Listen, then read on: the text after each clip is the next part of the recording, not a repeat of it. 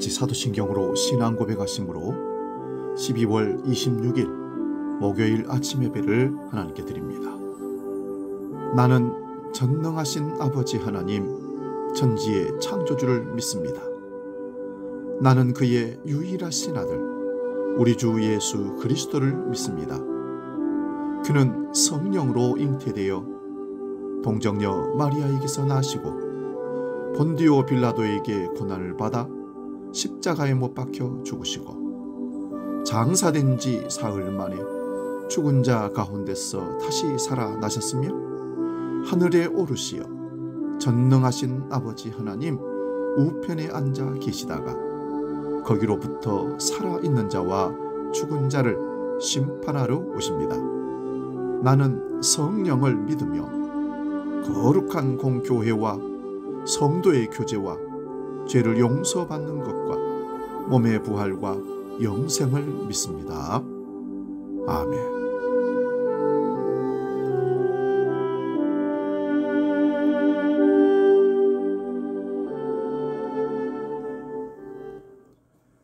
찬송가 379장 내 갈 길 멀고 밤은 깊은데 함께 찬송합니다.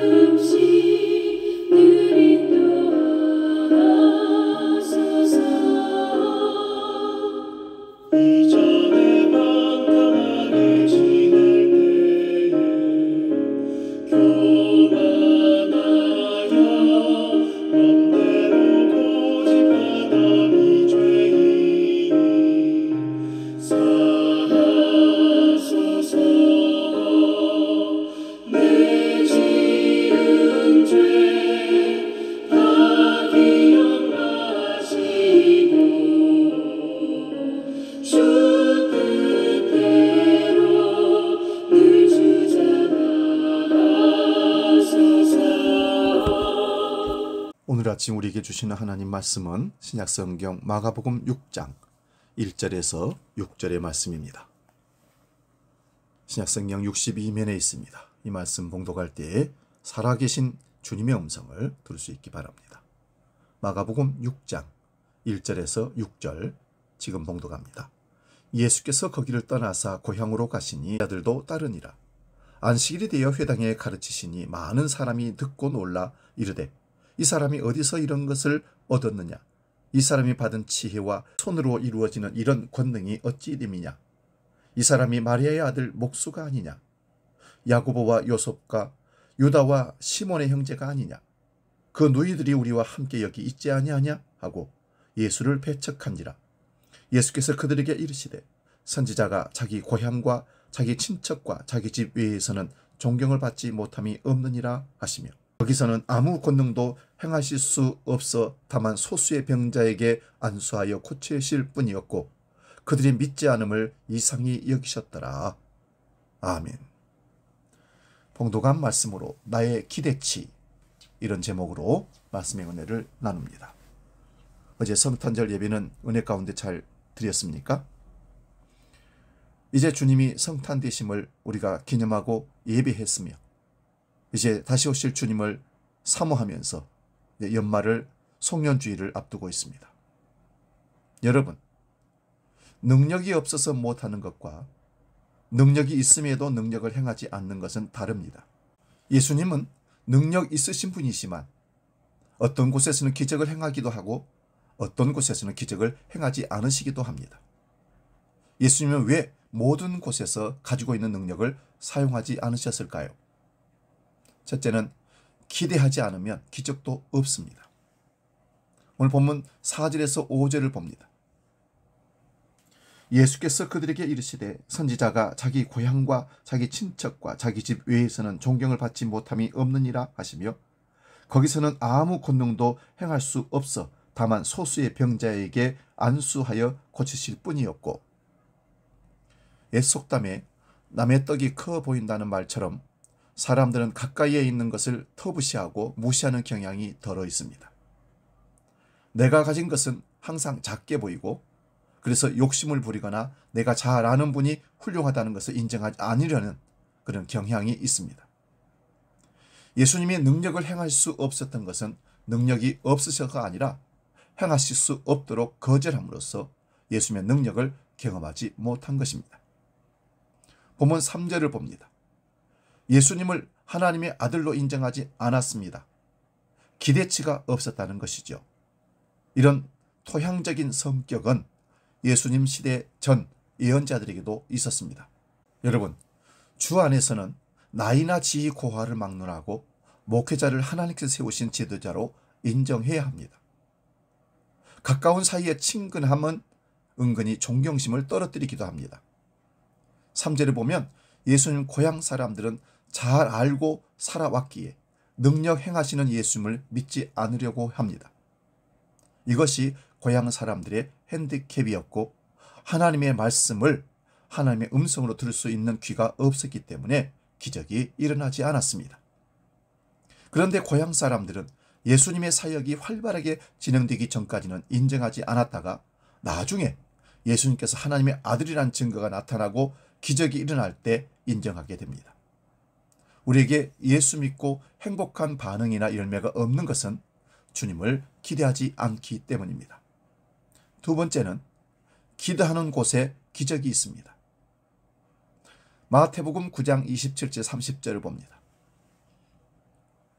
예수께서 거기에서 떠나가시세 두 맹인이 따라오며 소리질러 이르되 다윗의 자손이여 우리를 불쌍히 여기소서 하더니 예수께서 집에 들어가심에 맹인들이 그에게 나오거늘 예수께서 이르시되 내가 능히 이 일을 할 줄을 믿느냐 대답하되 주여 그러하오이다 하니 이에 예수께서 그들의 눈을 만지시며 이르시되 너희 믿음대로 되라 하시니 그 눈들이 밝아진지라. 예수께서 엄히 경고하시되 삼가 아무에게도 알리지 말라 하셨으나 처음부터 볼 수 있었던 우리에게는 밝은 세상을 볼 수 있는 감격이 별로 없는지 모릅니다. 그러나 보지 못하다가 보는 사람은 감격이 엄청 커지는 것입니다. 우리의 영안이 열리고 육신의 눈이 열려서 볼 것을 볼 수 있기 바랍니다. 마태복음 8장 23절 26절에는 배에 오르심에 제자들이 따랐더니 바다에 큰 노을이 일어나 배가 물결에 덮이게 되었으되 예수께서는 주무시는지라. 그 제자들이 나와 깨우며 이르되 주여 구원하소서 우리가 죽겠나이다. 예수께서 이르시되 어찌하여 무서워하느냐 믿음이 작은 자들아 하시고 곧 일어나사 바람과 바다를 꾸짖으시니 아주 잔잔하게 되거늘. 제자들이 살려달라고 예수님을 깨울 때 예수님이 일어나셔서 바람과 바다를 꾸짖으시니 바다가 아주 잔잔해졌습니다. 사무엘상 1장에서 한나가 아들을 달라고 기도하자 하나님께서 사무엘을 주셨고 아들 셋과 딸 둘을 주셨다고 합니다. 하나님은 기도하고 기대하는 사람에게 풍성하게 주십니다. 누가복음 4장 35절에 예수께서 귀신 들린 자들을 꾸짖어 말씀하셨습니다. 입 닥치고 그 사람에게서 나가라. 그러자 귀신이 그를 사람들 가운데 쓰러뜨려 놓고 그에게서 떠나갔는데 그에게 상처는 입히지 않았다고 합니다. 귀신 들린 사람이 참 신이신 예수님이 나타나자 악령을 쫓아내달라고 고백합니다. 예수님은 자신이 소유하고 있는 엄청난 능력을 누구에게 행하시겠습니까? 당신을 기대하고 소망하고 바라는 기대치가 있는 사람들에게 하나님은 역사하십니다. 세 번째로 어떻게 주님의 기적을 체험할 수 있습니까?